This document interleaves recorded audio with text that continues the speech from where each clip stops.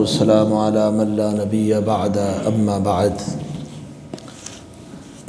صفحہ نمبر 224 سورہ یوسف، سورہ نمبر 12، آیت نمبر 107۔ اعوذ باللہ من الشیطان الرجیم،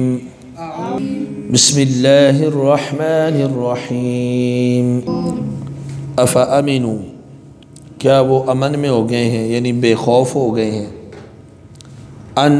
تأتیہم، اس سے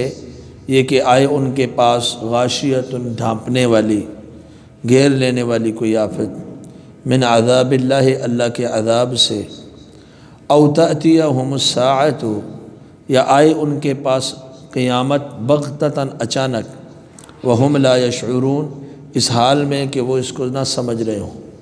یعنی کیا وہ اس بات سے بے خوف ہو گئے، انہیں کوئی خوف ڈر نہیں کہ اللہ کی طرف سے گھیر لینے والا اچانک عذاب آ جائے، یا قیامت ہی اچانک برپا ہو جائے اور انہیں پتہ ہی نہ چلے۔ قل، کہہ دیجئے، ہذہ سبیلی، یہ میری راہ ہے، ادعو الی اللہ، میں بلاتا ہوں اللہ کی طرف، علی بصیرۃ، بصیرت پر، انا میں، ومن اتبعنی، اور وہ جنہوں نے میری پیروی کی، وسبحان اللہ، اور پاک ہے اللہ، وما انا، اور نہیں ہوں میں، من المشرکین، شرک کرنے والوں میں سے۔ پہلی آیت میں اللہ سبحانہ وتعالیٰ فرماتے ہیں کہ یہ لوگ اس بات سے بے خوف ہو گئے، انہیں کوئی خوف نہیں ہے، بے خطر ہو گئے ہیں کہ اللہ کی طرف سے کوئی ڈھانپ لینے والی آفت، مصیبت ان کے اوپر، یعنی اللہ کے عذاب میں سے آ جائے، یا اچانک ان کے اوپر قیامت آ جائے، تو انہیں کوئی خوف نہیں۔ جیسا کہ فرمایا کہ ہمارا عذاب، افامن اہل القریٰ، کیا اہل قریٰ، بستی والے اس بات سے بے خوف ہو گئے ہیں، انہیں کوئی خوف ڈر نہیں لگتا کہ ہمارا عذاب ان کے پاس آئے، وہم نائمون، کہ اور وہ سو رہے ہوں، انہیں پتہ ہی نہ ہو، یا اس وقت آئے، چاش کے وقت جسے وہ کھیل رہے ہوں، تو اچانک رب کی طرف سے آفت آ جائے، عذاب آ جائے، کیا اس بات کا انہیں کوئی خوف نہیں، کوئی ڈر نہیں؟ تو اس میں ان کے لیے تنبیہ ہے، ان کو ڈرایا جا رہا ہے کہ جو اللہ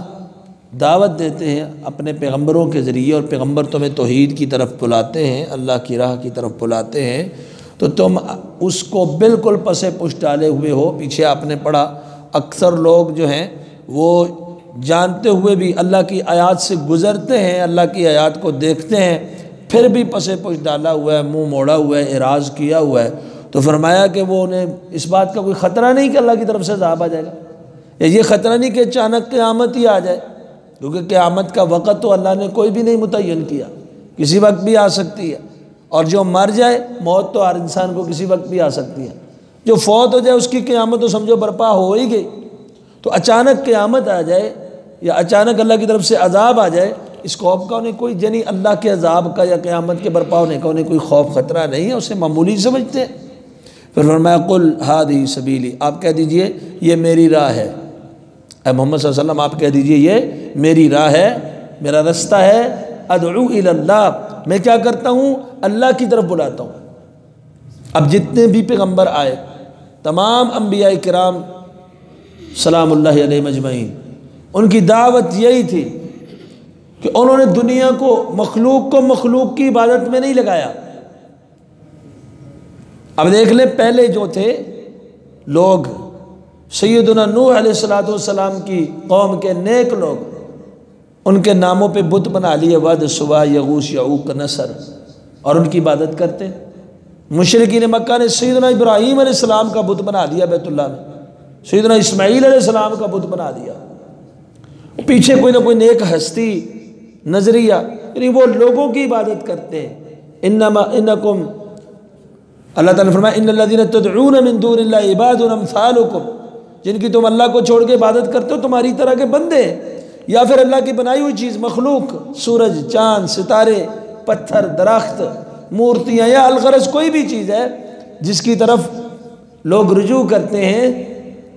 ان سب چیزیں۔ فرمایا میرا راہ کیا ہے، ادعو الی اللہ، میں اللہ کی طرف بلاتا ہوں، کسی اور کی عبادت نہیں کرنی، لا الہ الا اللہ، اللہ کے علاوہ کوئی عبادت کے لائق ہے ہی نہیں۔ انبیاء کی دعوت کیا ہے، لوگوں کو کیا کرنا، اللہ کی طرف بلانا، اللہ کی طرف آ جائیں لوگ، اللہ کے ہو جائیں، اللہ کو اپنا معبود، اپنا مالک، اپنا خالق سمجھ لیں اور عبادت صرف اسی کی کریں، اور ایسی عبادت جو بلا شرکت غیرے ہو، کسی قسم کی اس کے اندر جو ہے شرک کی آمیزش نہ ہو، چاہے نیک لوگ ہوں برے لوگ ہوں، انبیاء ہوں اولیاء ہوں، صلحاء ہوں، کچھ بھی ہوں، کسی چیز کو بھی اللہ کی عبادت میں شریک نہ ٹھہرایا جائے، صرف یہ اللہ کے رسول کا راہ اور راستہ ہے، ادعو الی اللہ، میں تمہیں اللہ کی طرف بلاتا ہوں۔ اور فرمایا علی بصیرۃ،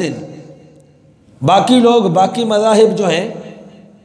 جب ان سے پوچھا جاتا ہے ایسا کیوں کرتے ہو، کہتے ہیں وجدنا علیہ آباءنا، ہمارے باپ دادا ایسا کرتے تھے اس لیے ایسا کرتے ہیں۔ کوئی کہتا ہے سوسائٹی، ماحول، معاشرہ ایسا کرتا ہے، ارد گرد و نواح کا ماحول ایسا ہے اس لیے ایسا کرتے ہیں۔ کوئی کہتا ہے اپنے بزرگوں نے یہی سکھایا اس لیے ایسا کرتے ہیں۔ لیکن اللہ کے رسول کہتے ہیں جو اللہ کی طرف بلا رہا ہوں علی بصیرہ،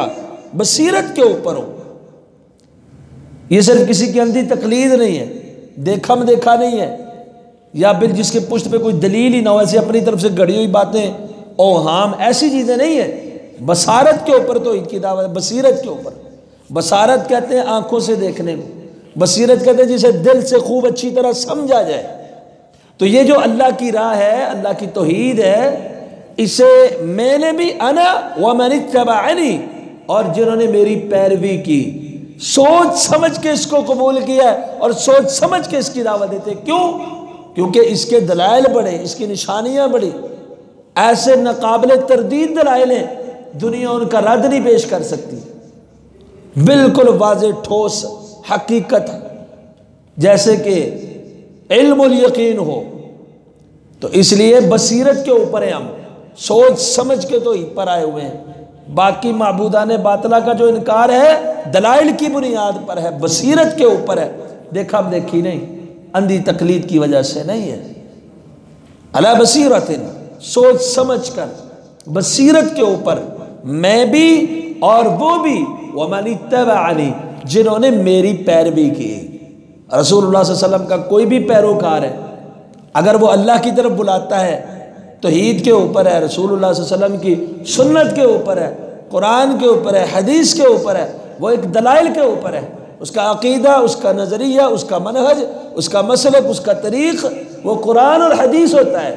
نہ اسے اکثریت پر اوب کرتی ہے، نہ اسے معاشرہ اور گرد و نواح کا ماحول متاثر کرتا ہے، نہ ہی کوئی اور چیز متاثر کرتی ہے۔ بلکہ یہ جو ہمارے ہاں